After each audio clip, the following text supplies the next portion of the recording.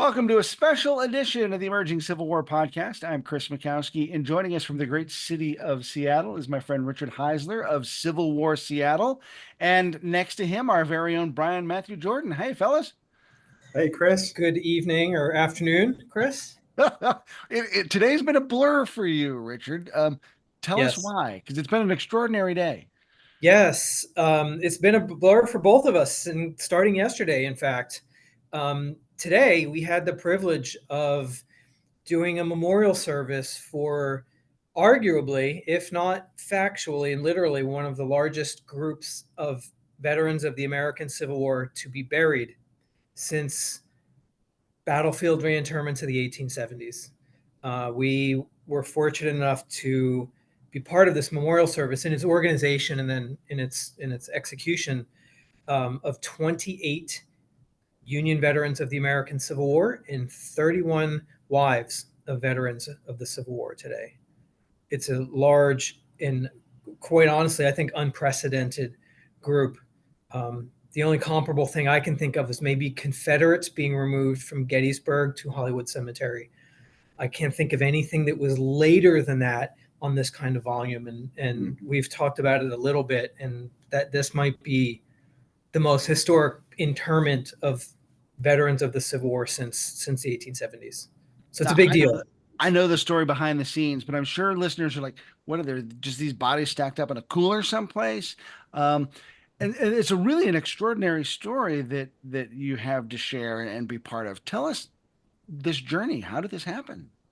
Yeah, well, it's the origins of this is with an organization called the Missing in America Project. They're a national veterans organization whose mission is to locate and identify and find honorable burials and placements for American veterans wherever they're at. So the circumstances could be wildly different. It could be somebody that passed away 5 years ago and doesn't have any family, and they're gonna facilitate turning them over to the U.S. government or the Veterans Administration for their proper interment. Um, this is different because it's so historic and it's specific to Seattle. So they work. This organization does this nationally. What they really specialize in is finding unclaimed cremated remains. So ashes in urns that have been, we like to say, forgotten or abandoned. That's really a misnomer for quite how this happens. Um, Left behind was a phrase that was used today. And I think that's really the most apt term. That for whatever reason, the man died and his wife had died before him and their daughter wasn't here, and nobody came to pick them up after their body was processed for cremation. So that's where they come from, is a century and a quarter of people who were cremated, and for one reason or the other, are part of the thousands and thousands that happens to. Missing in America focuses on veterans because they're eligible through the U.S. government for a placement. So they really focus on that, and that transition gives them an avenue to give these people a placement, get them out of a storage facility and into somewhere where people can find them and remember them. They're not just left in the basement in a damp closet. The funeral homes care for them. They're in perpetual care, but they're behind the scenes.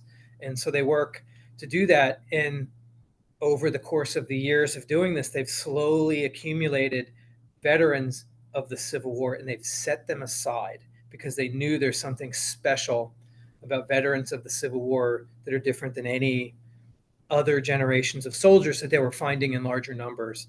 So this is the culmination of 4 years of them finding, identifying, and confirming the identities, and then as a group, they're being brought to be memorialized and then placed in the National Cemetery tomorrow.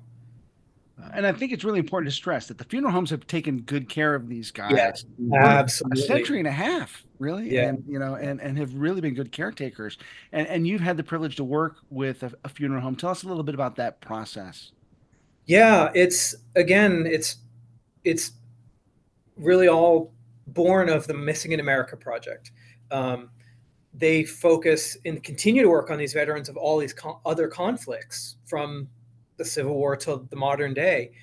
Um, but with the Civil War veterans in particular, I had already had a relationship with them, the local Missing America people, looking into different things. They would contact me and say, "You're the Civil War specialist around here. Can you tell us? Do you know something about this name, or have you seen this name before? What does this document mean? Can you help us out?" And I bounced things off of them. I'm like, "This guy goes off the grid. He's I know he died. I can't find where he's buried. There doesn't seem. Put him on your list. Maybe you'll find him in a funeral home somewhere." And that's with a relationship we've had for a couple of years. So when they finally the gravity got in around this group enough, they reached out and said, "We would like you to be the one to tell these stories, to be the public aspect of this. We document and we research the genealogy and whatever, but we don't know how to talk about the Civil War and their lives and the consequences and that stuff. And that's what you do. So will you come on board in that role in this project?" Simultaneously, literally the same day, I got an email from the funeral home also to come on as a consultant to help. How did the Grand Army of the Republic do funerals? What's appropriate for the Civil War generation? What are their traditions and practices? So we really tried to infuse that into the whole process as well. And those were decisions that they asked for from me, and I provided that sort of expertise or service to them, because they wanted it to have the right quality, be done the right way, be done ethically, and uh, in keeping with the traditions, and not just do folded flags and bagpipes. That's what they would do for more modern veterans. That's standard kind of procedure. But they said, what do we do? What do we do here? And then how do we present these people to the public? And that's been the great thing with. That's where it was great to get Brian involved, because he has a more broad based understanding of that generation and the Union veterans and the Grand Army than I'm so hyper local. It was really good for us to pair off. And then when he came into Seattle yesterday and came on the team with helping us, how do we do this? Where should we put this chair? How do we do these things? So it was, a lot of brain power kind of coalesced here right at the end to make this the right thing. But they knew that Missing in America and then Dignity Memorial, who's the parent company here, their management wanted this to be done as correctly as we could. We don't want to do a reenactment of an old funeral. It's modern and it has to be accessible and whatever, but it's make it appropriate. If a veteran walked in a room, would he recognize what we're doing? And so that guided the whole process. That's a great bit of context. Brian, I'm going to bring it in a second here. I just have one other question here for Richard before I do. One of the things that I admire about what you do so much is just telling the stories of these veterans. And people I know, sort of ask like, well, why Seattle of all Yeah. places? But I think kind of what you get at is the fact that there's this great migration among Civil War veterans, North and South, as part of the westward expansion. Some of them Yeah. happen to land in Seattle. Mm-hmm. And your job, your mission, and it's a very personal mission to you, is to tell their stories. Tell me a little bit about that, and then I'll bring Brian in to kind of widen the lens a bit. Yeah, I mean, that's really my bread and butter, is that personal connection. And it didn't start off that way. I had a very general interest in Civil War history, like anybody. Battles and leaders of the Civil War was where I started. And the more I honed in on my hometown guys, the more I didn't have a voice anymore. In Virginia, the Civil War still has a voice. In Texas, the Civil War has something of a voice. Culturally, here, it has no voice. When those last veterans died, there's a couple, the Sons of Union Veterans do their best to keep things alive. There's a couple historians that work on it here and there, but it's usually what happened in Washington Territory during the Civil War. It ends in 1865. I try to pick up in 1865 and then tell from there. And the more that I've gotten to know them and gotten to know families, descendant families, the land that I live on in the Seattle suburb was originally homesteaded by a 78th Pennsylvania veteran. I wake up every morning and I go, my wife's tomatoes grow out of the dirt of his homestead claim. It's that intimate for me, and that's why it's so personally driven, because I drive by their houses. I have their pictures all over my office walls. I have items that their families have given me of their photographs and albums and stuff. And they want me to be the caretaker of that, and that responsibility is something I take pretty serious. So this was like the ultimate expression of that. Is like, boy, I would know some of the men in this service if they walk past me on the street because I've written about them. I know them. Brian had a very similar experience with one of them yesterday and can tell you about. Um, there's in my pocket all day. I've been carrying this pocket watch with a Confederate bullet stuck in it to replicate Wow. the pocket watch that one of the veterans in our service, he was struck in his pocket watch on Missionary Ridge and it saved his life. And he carried it in his pocket the rest of the war. He brought it home. He made a little wood case for it and he would trot it out on every Memorial Day, every veterans picnic, anything, any opportunity he could pull his little talisman out and his little good luck charm and show everybody. That was the first published article I ever wrote, was about George Camp's pocket watch, and he's here with us today. So I've Wow. been carrying this in my pocket all day, and there's another layer. We can maybe come back to this with the National Cemetery, but it's that personal. And he lived 3 blocks from where my wife works. I drop her off to work every day, and I drive by Fifth and Battery, and there's George Camp's house. It's a parking lot now, but that's where his house was. It's that close to home. So it is a personal mission more than a I'm not talking about causality of the Civil War or those kind of things. It's like, who's that guy that lived on that corner and what's his whole story? And this is just, I mean, the essence of that mission is this project and these 28 men and their wives. I mean, So that is that's America, really. Like, who are absolutely. And these people? Who do yeah, we and know? I remember you told me a while ago, you commented that these veterans, they're the American story. They're immigrants to the country in the Germans and the Norwegians that are here, but then they're like everything: westward expansion, manifest destiny, the Civil War, racial issues, like everything. And I remember you saying it, they are the American story. And I've that's stuck with me for 2, 3 years since you first said that, because it's true. I think Yeah, for well, the end of their journey, but yeah, it's got it all. You can make movies about every one of them. I've had the privilege to be out in Seattle with you and hearing some of these stories from you. It's a wonderful experience.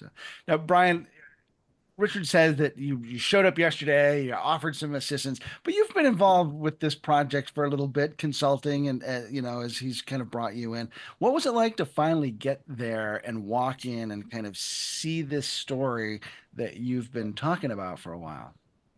Chris, I was absolutely unprepared for just how overwhelming and emotional yesterday and today, and I'm certain tomorrow in Tacoma.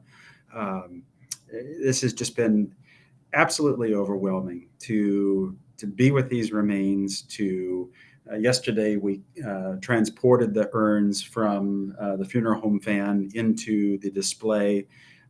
Just before we came on with you, I helped to load the urns into the hearse that will deliver them to the Tacoma National Cemetery. We're holding these We're guys holding them, in our right? hands. And you and I say all the time, we get our hands dirty with the stuff in the archives, and we walk the battlefields, and you can feel an intimacy. This has taken it to another level. I mean, I have never felt closer to the Civil War. And Richard mentioned his connection with George Camp.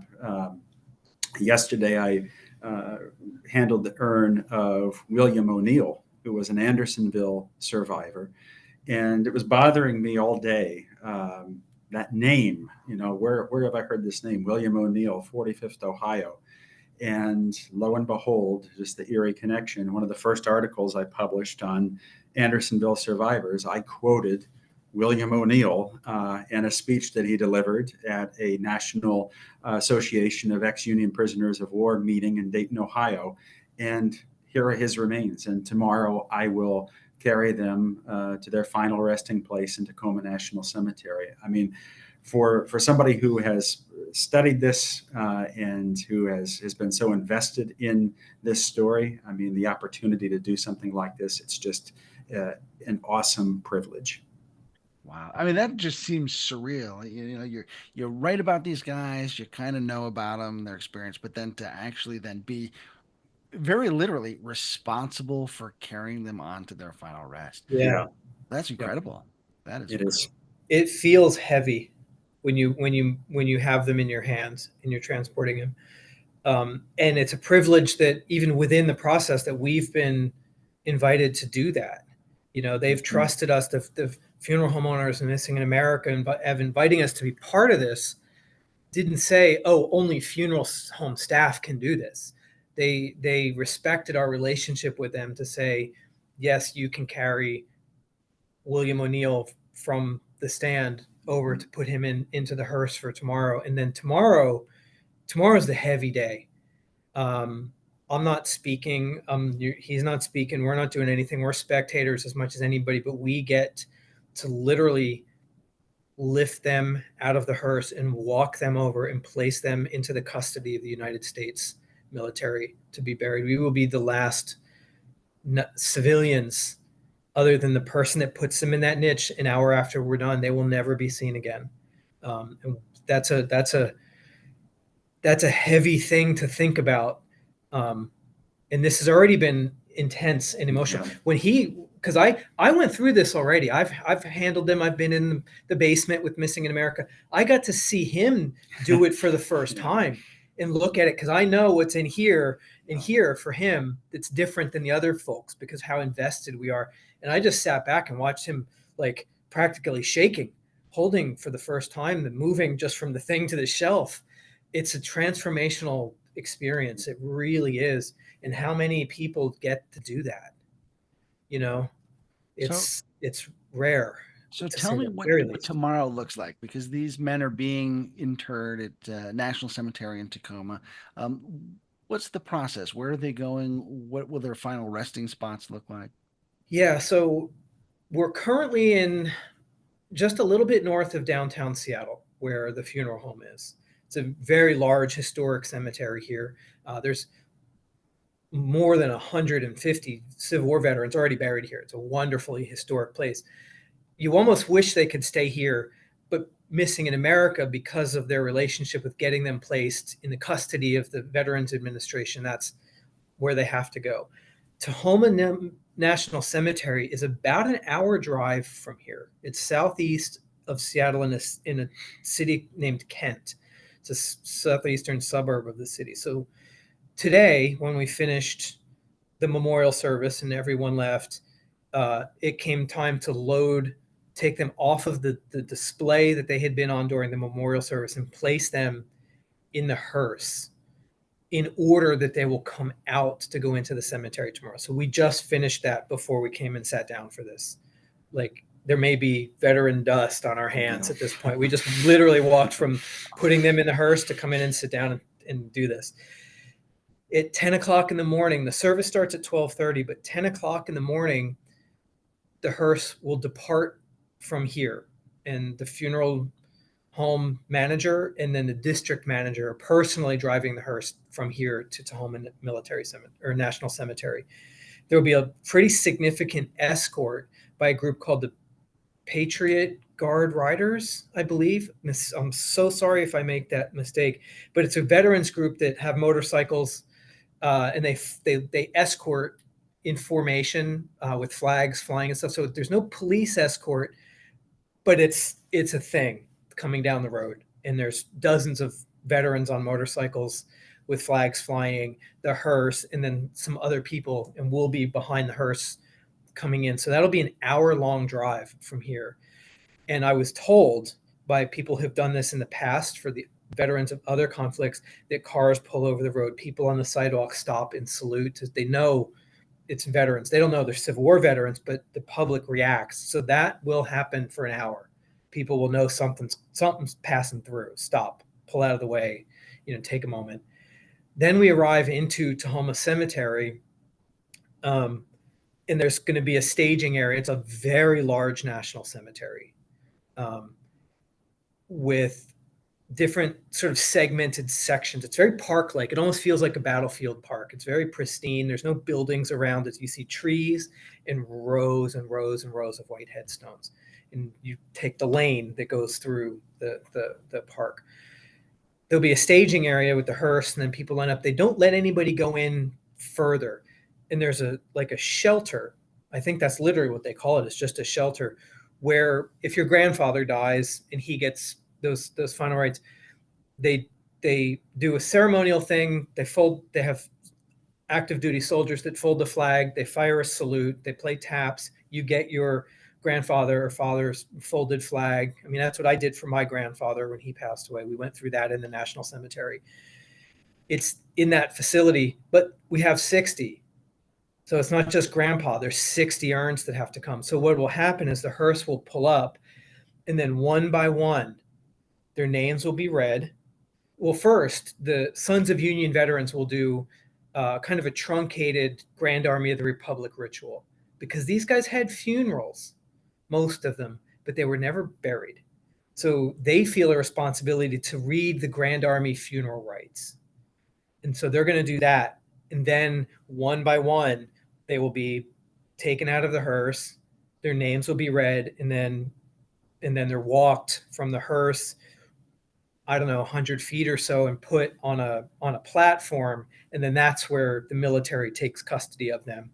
And then that will happen. It'll take about an hour or more to get all of them, one by one by one by one by one. There's couples that will go together. We have 6, I believe, husband and wife couples in the group, so that'll help get 2 for 1 with your walk in that case. But it'll still take a lot of time to go through all of them, and we expect a very significant public attendance. To a single Civil War veteran got, somebody was telling me, 400 or 500 people attended that. So we are expecting a very large crowd tomorrow to be there to witness it in person. And then fortunately, John Heckman, the tattooed historian, we're going to set up a phone camera, and he's going to stream it live so people can watch. There won't be audio, so he's going to be responsible for listing the names on screen. So we've coordinated that with him.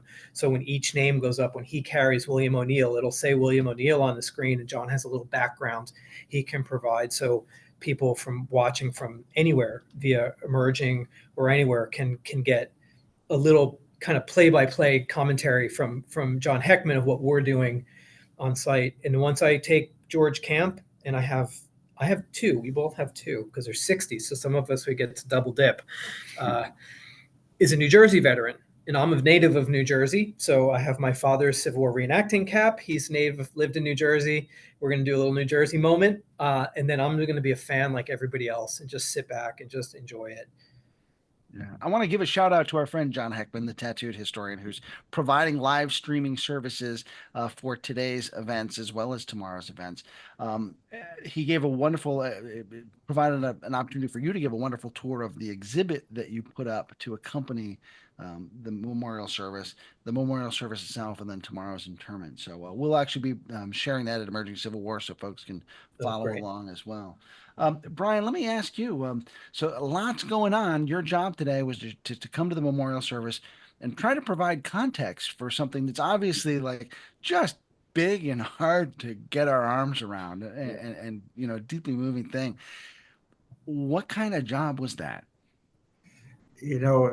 Something that writing the remarks for today, I mean, is the opportunity really to do something that I've been attempting to do my entire writing career, an academic career, and that's to pay tribute and to say thank you to these men.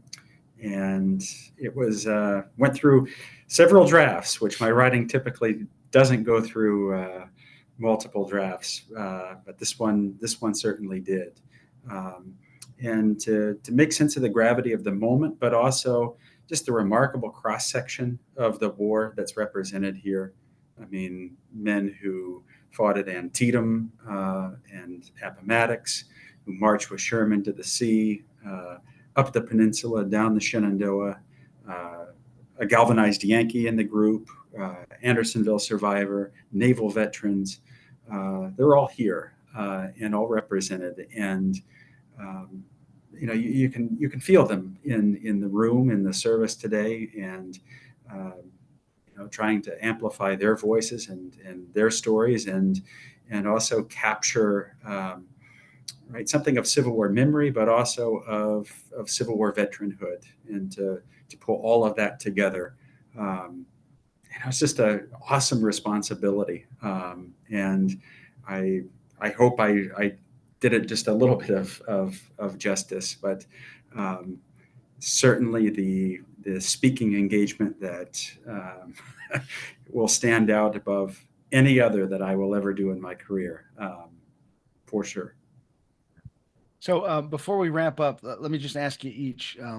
The dust is going to settle, things are going to quiet down after all of this. Brian, I'll ask you to start. What will your takeaway be from this experience? And then Richard, I'll ask you to answer that same question. The takeaway really is to think about just how far the war's echoes reach, right? Not only geographically and chronologically, um, but to think that here we are in 2024, and we're this event, the Civil War, still impacts people, to this day, that it still impacts and touches these communities, and that we still have a responsibility to tell their stories. And that, for me, that's the takeaway. And I think Richard and I have already started to talk about this, but I think there's a book project in here for us to think about. Um, this story. And I think it also has broader national implications, right?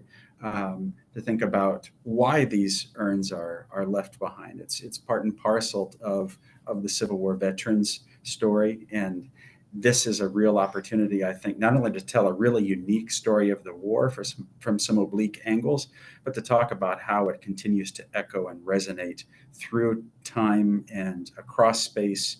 Um, I've never participated in anything like this, and I thank my friend here for inviting me to be a part of it. It's hard for me to say anything different, really. I think it's an unexpected privilege and gift to be given this responsibility. Um, I think different course than Brian, of course, but I think in a way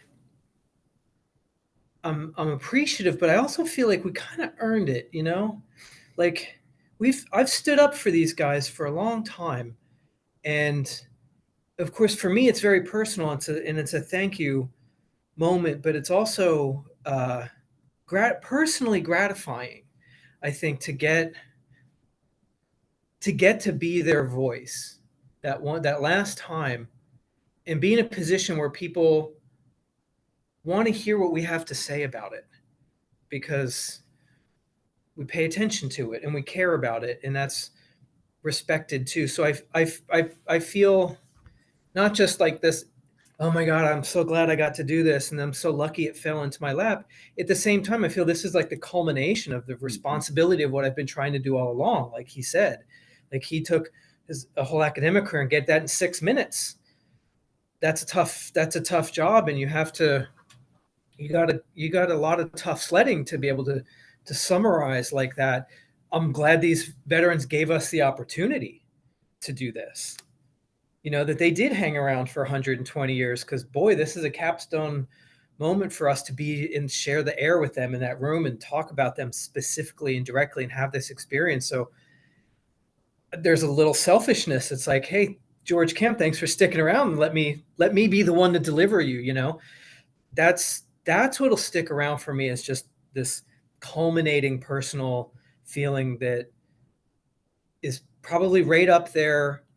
I won't say it surpasses watching sunset on Little Round Top with my father as a child, and also as an adult, getting to do that and bookend things. I can't find anything that I will put over that. Um, this is 1A and 1B, so we're dealing with 1B today. Um, so there's just, it just feels like a completion of so much, and I don't know how I'm going to deal with tomorrow. George Camp, like I think we briefly mentioned in our remarks today during the service, the first couple minutes you're trying to stay on time and keep your pace and all. That last minute got hard. You look at people and you see people nodding, and you see that you're resonating with people, and we both had some quotes, and you get into that quote and you're reading it and you feel like, especially when a quote was written by a veteran and you're literally becoming that generation's voice for a moment, that shakes you. And I'll never forget that in that situation. So that all sounds very selfish, but when you ask, like, what am I going to remember about this, it's going to be very personal. It's going to be, how did I feel, what was this like for me, more than the public side of this. It's this That's what I'll remember, is like, wow, I got to do that. Like, that's amazing. I got to go up the top of Mount so and so at some point. This is that kind of, like, I'll look back and say, this was a hard earned gift in the end, and I hope it comes across that it's not just me going, hey, I got to do it, I got to carry this. It's not that, but it also is there's it feels a little bit that way. It's gratifying. That's more what it is, personally gratifying to Well, just that's that, and I think that's one of the great things about what we get to do is we get these privileges that, and I know I speak for Brian when I say this, like it's a privilege to be the voice of these men who can't tell their stories anymore. And so it falls on us to be the storytellers and to remember them and remember their story. And it's an incredible privilege, an incredible honor, and an incredible responsibility. yeah, So the indeed. interment will be on Thursday at 12:30 Pacific. Pacific, yes. If folks want And to tune that's in, we'll be carrying the live stream on Emerging Civil War. You can also follow along with the Tattooed Historian on his YouTube channel. Again, a great shout out to John for providing all that. Um, Before we leave, any final thoughts, Richard? No, I mean, your questions were um so well laid out that you got me to say everything I could have said on my own. So good on It's you your as the secret interviewer to really superpower. not Mm. leave me thinking I missed saying something. I was, yeah, I don't have much to say that I haven't said already, other than those that can watch, please watch. And there is going to be, whether it's what something organically comes out of our experience for this, maybe emerging as a perfect venue for a project for this, for us to tell what really get into what was happening here. Yeah, anything we um, can do to help you out. It's been an yeah. extraordinary project, extraordinary. And it'll be out there. Civil War Monitor is going to potentially do a follow up piece on it, so people will get the story more fully later. So if you're not able to speak like Brian and get on a plane and come in a couple days notice, you'll still get exposed to this down the line. We're still right in the middle of it. So there will be more to follow up. So I do encourage people to kind of keep an eye out for this story if you're interested. And hopefully Emerging will be a great venue for lots of the individual stories of these guys. I'm dying to get those out. And I hope that we can do that for you, and then Be he can glad, provide be as well. glad to help you share Yeah. that. So, well, Brian, I hope you have a safe trip back to Texas, and thank you Yes. for spending some time with us. And Richard, Yeah. congratulations on an extraordinary project. Thank you for what you've done, and look forward to kind of seeing this through, and then hearing about it again when it's all nice and quiet. So, Yeah, absolutely. And thanks again to you for the support of this, and also just support of my Civil War Seattle work from the start. You guys saw the worth in this from the start and gave me a platform and taught me how to write. I saw a lot of red ink from you guys in the early days. So I would be remiss to not thank you, as well as the veterans, for giving me a voice to build to the point where now I get a voice for them. It comes from, in part, from you facilitating my public history work too. So thank you. you're welcome. Again, part of the privilege. So, Richard, Brian, thank you so much for spending some time with us. I'm Chris Mikowski from Emerging Civil War. We'll see you online and on the battlefield.